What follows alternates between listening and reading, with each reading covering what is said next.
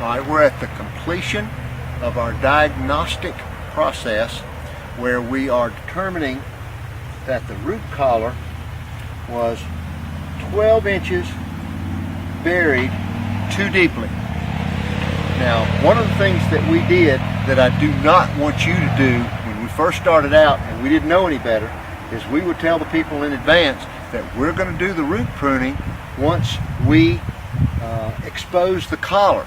And that was a very foolish thing to do because you don't know what you're going to find. We have an additional probably 30 or 45 minutes of work to eliminate rocks. Let's see, let me get my gloves here. What I got. By the way, I take all of my tools with me out on the job in a 5-gallon bucket just like this. If you don't like this style, then I would recommend that you use a hunting vest or a knapsack, throw sack, whatever style it is that you like the best. You go ahead and choose what you're most comfortable with and do it. All right, as you can see, there's all kinds of rocks. There's additional roots, and these roots are notable because they are growing from down below the collar where they originate, and they're growing up into this horizon of fertile soil. And as you can see, this soil is fertile. It's been washed off the hill, it's topsoil, and because the critical root zone is being covered with it and the soil below it is lower value red clay, the roots are being stimulated to grow up into this layer, and you can see evidence of that everywhere you go. Here's some right here. They're growing right into this layer right here within a few inches of the surface, and that tells you right there that all roots are stimulated to grow into the horizon of the soil where there's a balance of air and water, the two most important elements for root growth. Volcano mulching, where it's piled up, is so harmful because it lures that original burst of growth from the tree into this area around the tree rather than stimulating it out away from the tree laterally to encourage stability and areas where it can acquire additional nutrients. But if there are none there to acquire, the roots will not grow or stimulate into that area. And so what I'll now do is I'm going to take a few minutes and I'm going to pull some of this stuff out of here.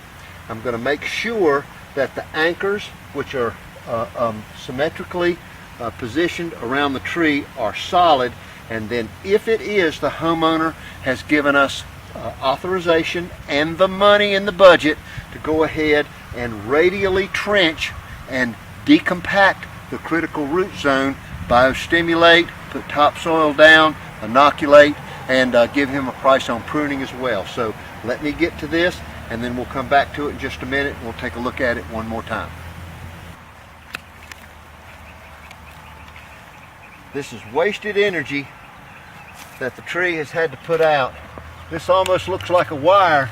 Many of the roots that you see will look like wires. As you can see, this root here has already started to cut into the collar, the anchor of this tree, and that is what would make this tree a hazard. If this secondary root had come over the collar and cut into it, we would have had to make an additional recommendation that maybe this tree is not suitable for long-term preservation, but it is. And so I've got one more little group right here that I'm going to pull out.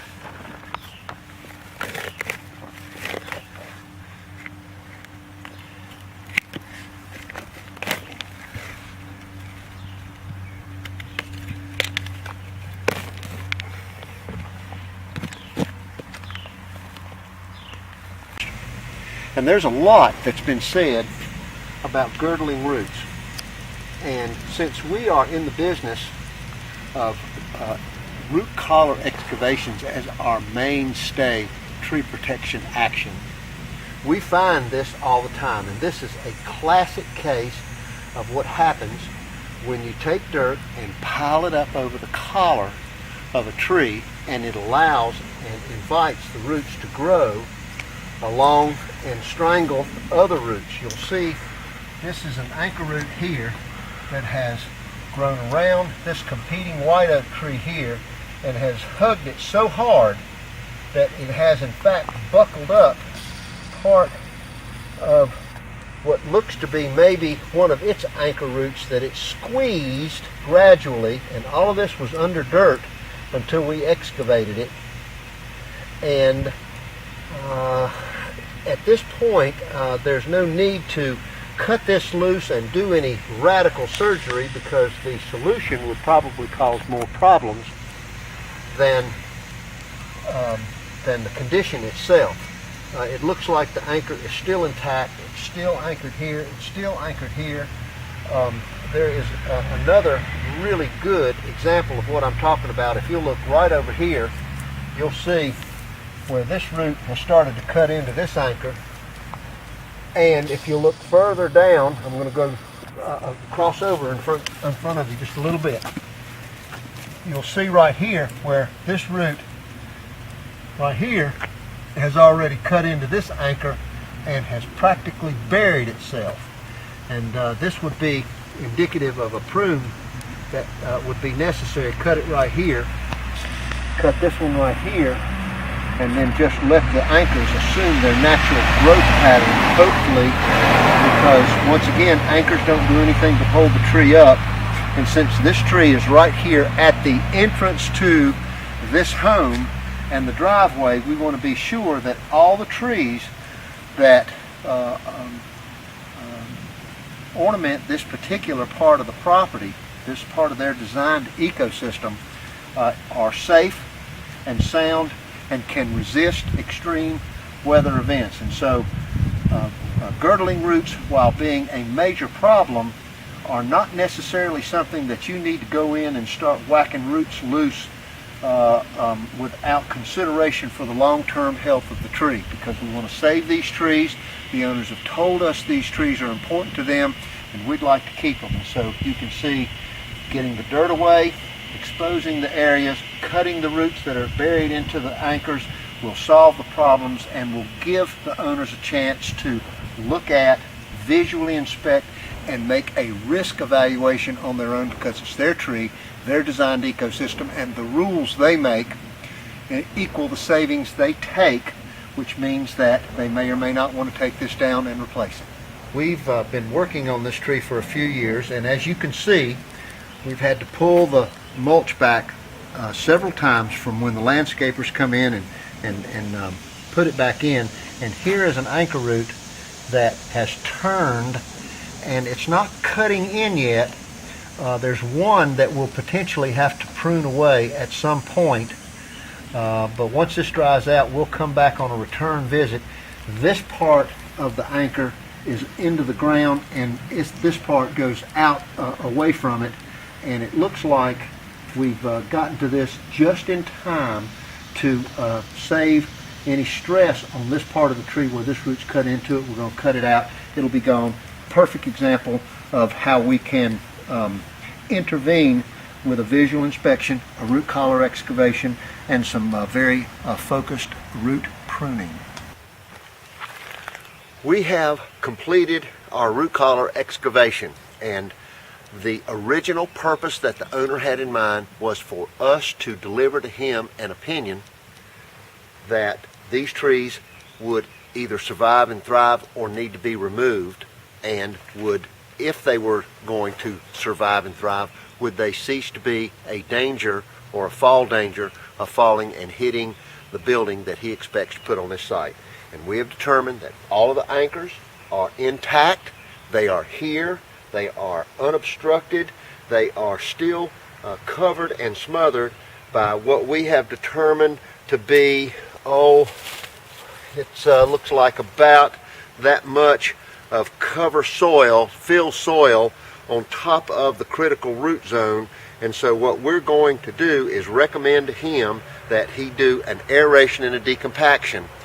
Radially trench it, circle it up, inoculate and biostimulate this area, and then mulch it over. Altogether, this tree and that tree originally were bid for $175 for us to come out here, do this, and look.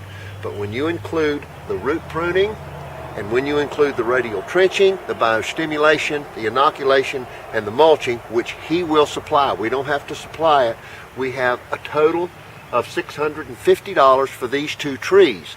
And this is not a price that's a standard price. There's no such thing in this business. It's the middle of the winter. We need the work. We have time, and we're a little bit more lenient in our pricing. Plus, we have materials that are left over from last year. And so my purpose in bringing you back to this collar again is to let you know that the tree preservation actions are designed to lead logically into the next action, which supports the long-term health of this tree. The fact that this tree has been classified as a safe tree. We're going to tag it, number it, measure it.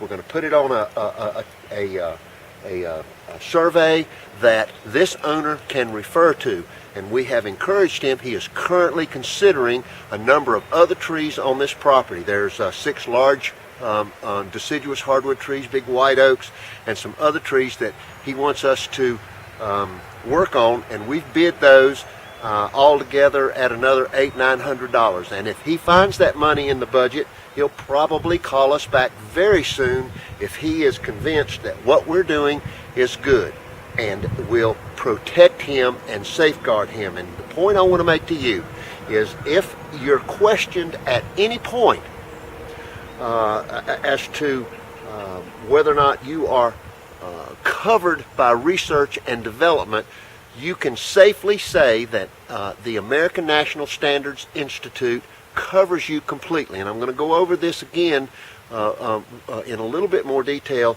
as soon as I leave this particular spot here.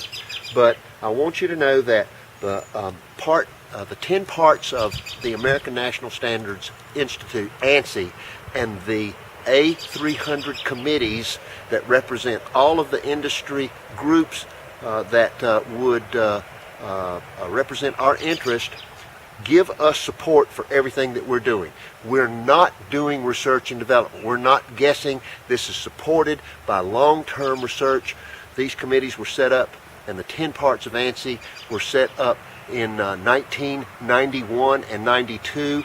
They are completely voluntary, and I'll get into more of that in just a minute. But this is the start of a process that could go on for the next year or two, and this is what you need to build your business and to hedge against the money that you've lost from this new economy.